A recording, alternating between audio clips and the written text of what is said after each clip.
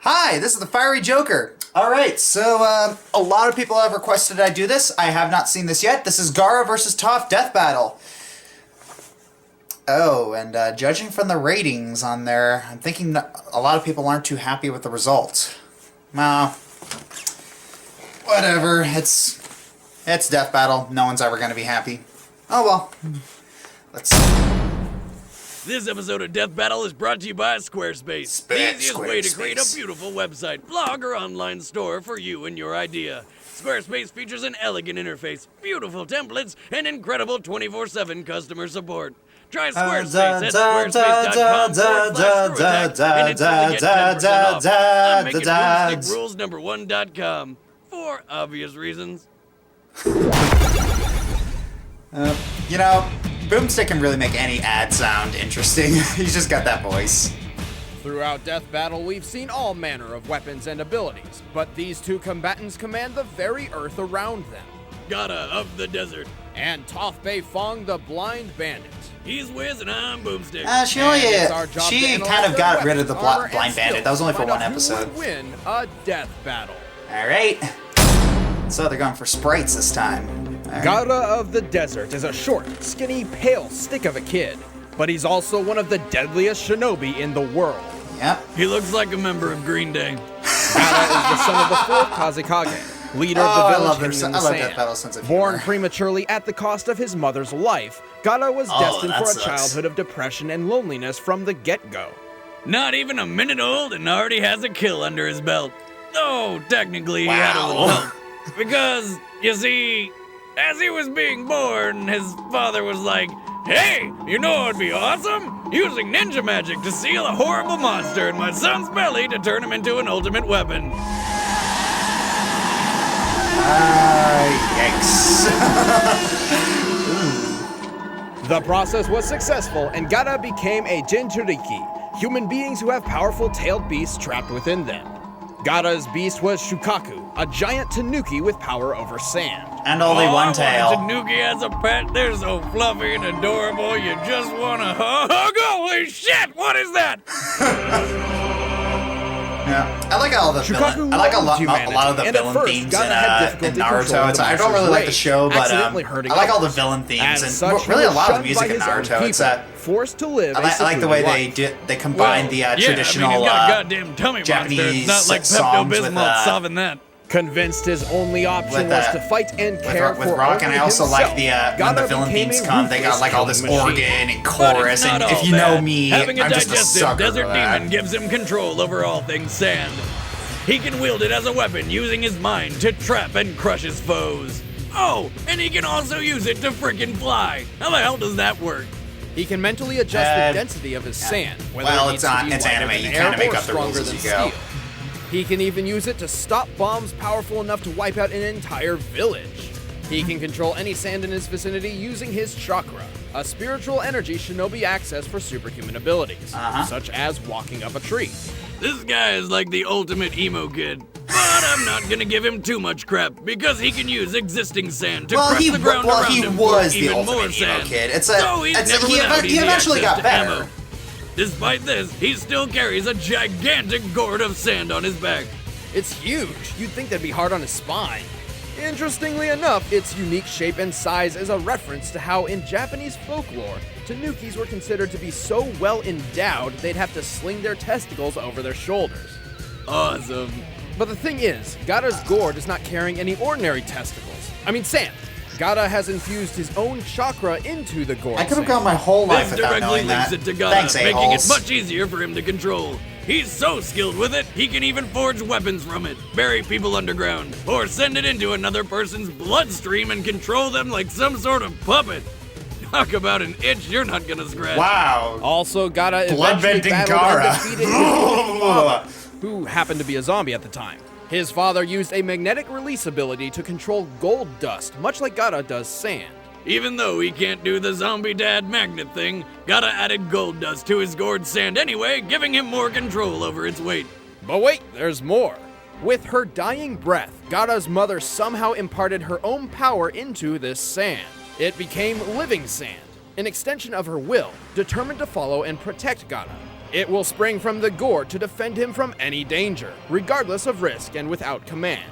This absolute defensive technique is called the Absolute Defense. Pretty good name, really. Gaara's sand is so dense and fast, only someone who can move nearly the speed of sound can pass it. Gaara can also use everyday sand to create defenses such as his sand armor, which encases him in a shell to soften blows. Unlike his automatic absolute defense, the sand armor is self-created and requires a large amount of his chakra to maintain. Gaara's skill with sand is only limited by how much chakra he's got left in his system. After running low, he could tag out and give it's just usually sometimes you can tell from the way they emphasize certain words and stuff that that's going to be a huge factor. It's gotta be like twice as bad as the night after Chipotle. He died. Oh, the same then. Turns out losing Shukaku was actually a blessing in disguise. After being resurrected, Gaara spent some time reevaluating his emotional roller coaster of a life. Inspired by Naruto Uzumaki, he began to truly understand compassion. Yeah. His attitude changed. His people began supporting him. He even commanded the allied shinobi forces during the Fourth Great Shinobi War. And, like his late father, Gaara also became... A zombie? Kazekage. Damn! Well, even non-zombie and missing Shukaku, Gaara still retained his powerful chakra. It's really interesting how in their fight, he became a Kage before Naruto did. His took him for Shukaku itself, despite the sand monster being long gone. Gaara is stronger and smarter than ever, all thanks to his mother's love. I miss Mama Boomstick. Few can withstand the overwhelming power of this sand shinobi. Or Mama Boomstick's cooking. You're uninvited to Thanksgiving. I never was. Exactly. you could tell that he kind of missed the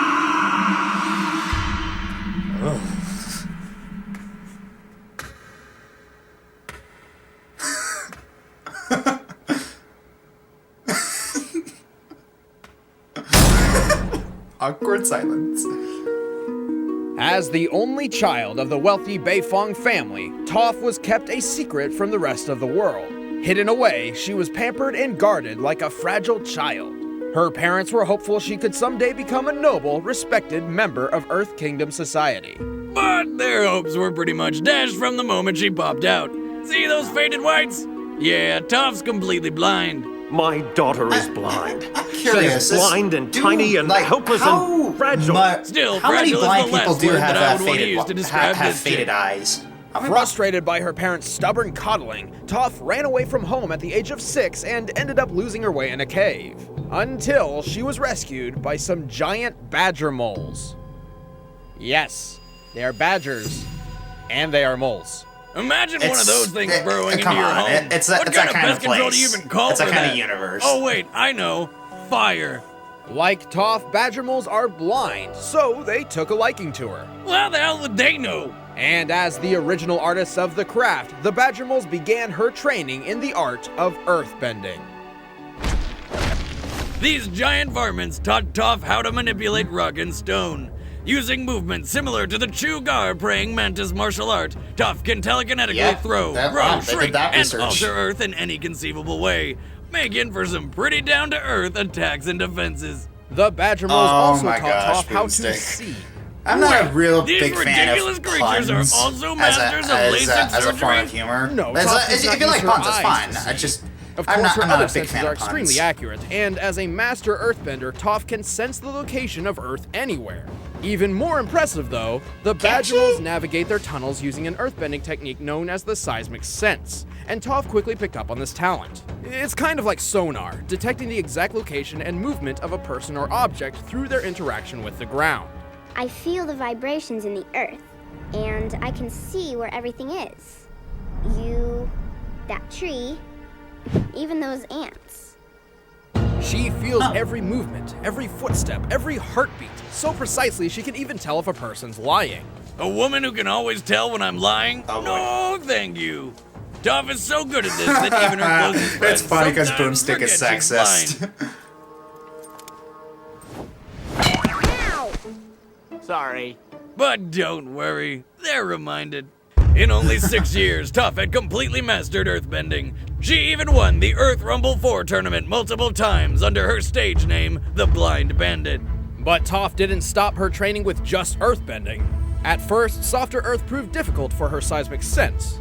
I feel the vibrations in the ground with my feet, but the sand is so loose and shifty, it makes everything look fuzzy. But she has since demonstrated her mastery in both sand bending and mud bending. She can also change the density of earth from sand to stone and back. And before you start making any density or hardening innuendos, she's 12. Okay.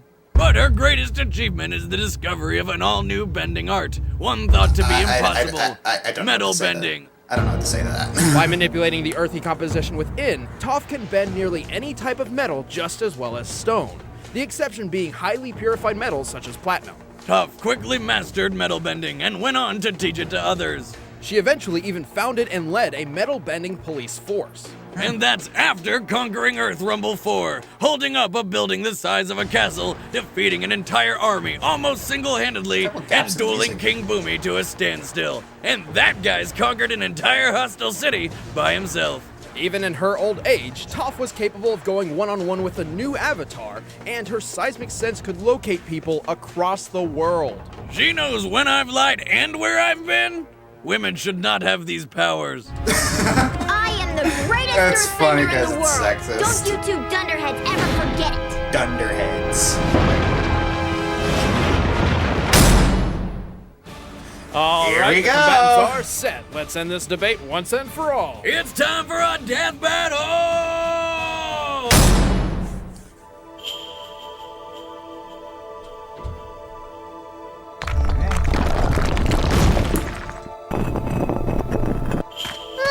Talk about a rough ride. You do not belong here. This is sacred ground. Is that Rena-chan? Leave.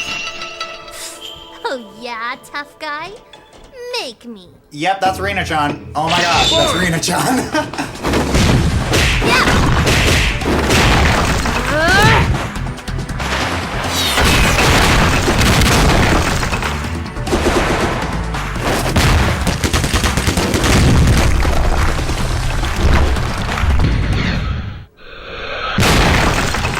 Interesting. She commands stone as fluently as I control sand. By the way, I can tell you're using your sand to smash up the ground underneath us for more ammo. Pretty smart for a sand. Too bad I'm gonna kick your butt before you can use any of it.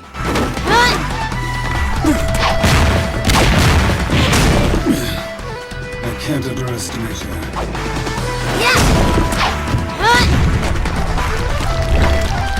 And Gaara, he sounds like the guy who played, he sounds like the guy in T4 Star who played Cooler and, Wow! and Dr. Zero.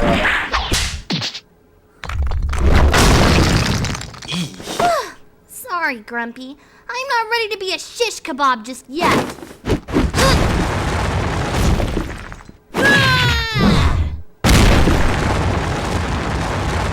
Well, that didn't work.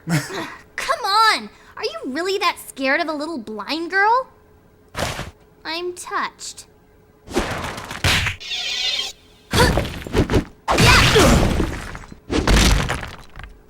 Your eyes.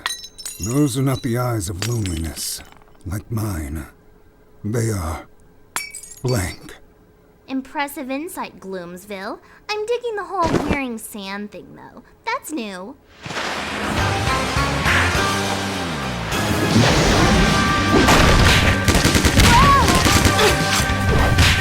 Hey, no fair! You need your arms to control the earth. I will remove them. Whoa! Dream on, creep! It'll take a lot more sand than that to take me down. Oh. That's the plan.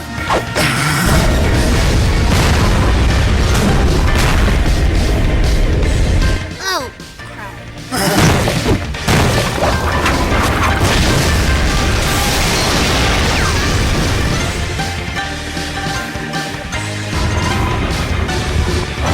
Sun coffin.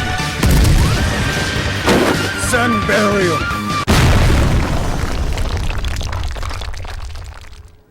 It is done. Not yet. We still got a little. Jeez, I almost felt that. That's impossible. You kidding? Pay attention, Sandy. I'm about to school you.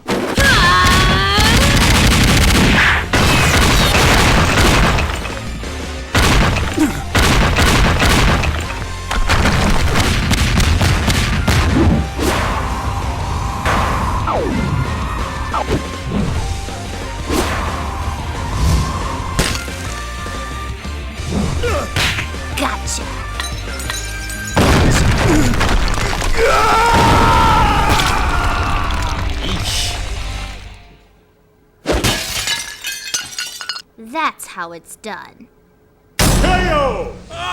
Ouch. Goddamn son of a shit weasel! Why did another anime character have to lose? Yeah, but here's why. Gaara's sand is monstrous, and its speed and power could easily obliterate most foes. But with Toph, it's another story. Really? She's freaking blind, for God's sakes, and he can fly! Oh ho ho! In the official behind-the-scenes extras of the Avatar Book 2 DVD, we found this. Toph can feel the earth, even if it isn't connected to the ground. I did but her real not strength see lies in her that. precision and technique. With her earthbending and seismic sense, she could see Gaara's attacks coming the instant they began, regardless of if he was in the air. While Gaara's chakra-infused sand is controlled by his late mother, it's still sand. Just like in an earthbending duel, Toph was able to influence it long enough to misdirect or block attacks. Also remember, Gaara added his father's gold dust to the mix, giving Toph 2 different bending options just in case. Unlike platinum, gold contains traces of iron and copper, and can be metal bent. To top this off, Gaara keeps himself covered in his sand armor, so Toph could always sense where he was. And it's specifically stated that the sand armor uses up large amounts of Gaara's own chakra, not his mother's sand. So, when he ran low on chakra, it became difficult to maintain. Thus, Toph had no problem turning Gaara's greatest defense into his worst weakness. Gaara couldn't sand up to Toph. I know you're floored. I really ground that one in, didn't I? What can I say? Stop. It's my earthly delight. Stop. The winner is Toph Bay Fong. No need to gravel about it. Can't we just bury the hatchet? Oh. I'm out. Next time on Death Battle. Oh yeah, the next time on Death Battle is the, Yep. Yeah, someone told me that they were doing this. This looks interesting. Bounty Hunter versus Bounty. Okay, so... Yeah, so it looks like they took the model from Metroid Other M. That really does look like Metroid Other M's model. Which isn't a bad model. I mean...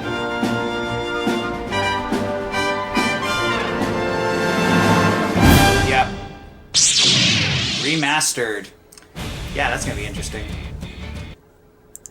So, yeah, my thoughts on the battle.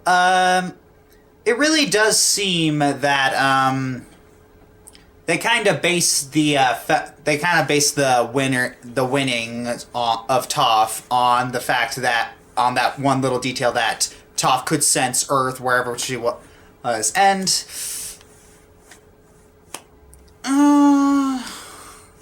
the battle was cool. I mean, my blood was pumping. I was really wondering who was gonna win, but that little detail, I'm not entirely sure. I mean, it does seem to be like they were going by... That doesn't seem like an official detail. That seems more like it was going by word of God. If you guys are familiar with that trope. So, not too sure if that's valid, but really that is... If you think about it, that is the deciding factor, is if we include that detail. So, well... I guess that's it. I thought the battle was good. Just depends on whether or not you count that detail, and not entirely sure. And people are going to disagree on whether or not that detail should be counted. What can you do? Cut!